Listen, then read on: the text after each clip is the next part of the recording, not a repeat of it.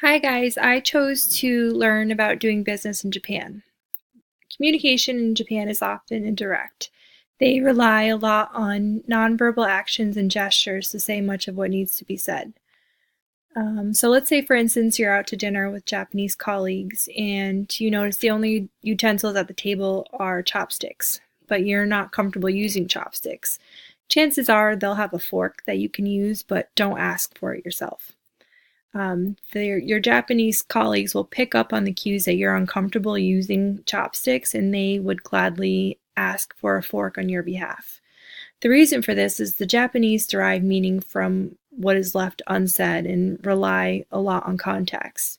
So if you're asking for a fork, you could unintentionally be signaling that you have no desire to learn about their culture. So if you have no desire to learn about chopsticks, then how would you handle more critical business situations with bigger cultural differences?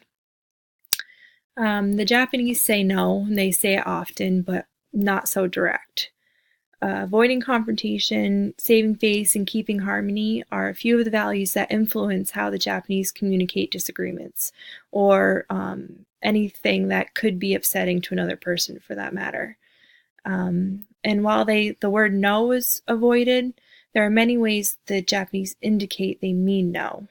They indicate that something may be difficult, they tilt their head and suck in air through their teeth, confirm that they understand, suggest an unrelated alternative to the problem, change the conversation completely, or just stay silent.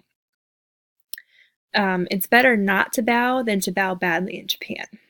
Bows are so integral to Japanese behavior. Executing a correct Japanese bow can be a very complex matter. Social status, age, experience, job position all come into play into how deep and how long to bow. Because the Japanese won't expect you to know all the intricacies involved, you won't be expected to bow. A small bend at the waist is a good idea and will show just enough deference to their culture to be appreciated. Um, I hope that you enjoyed listening and learning the few little tidbits that I provided here about doing business in Japan.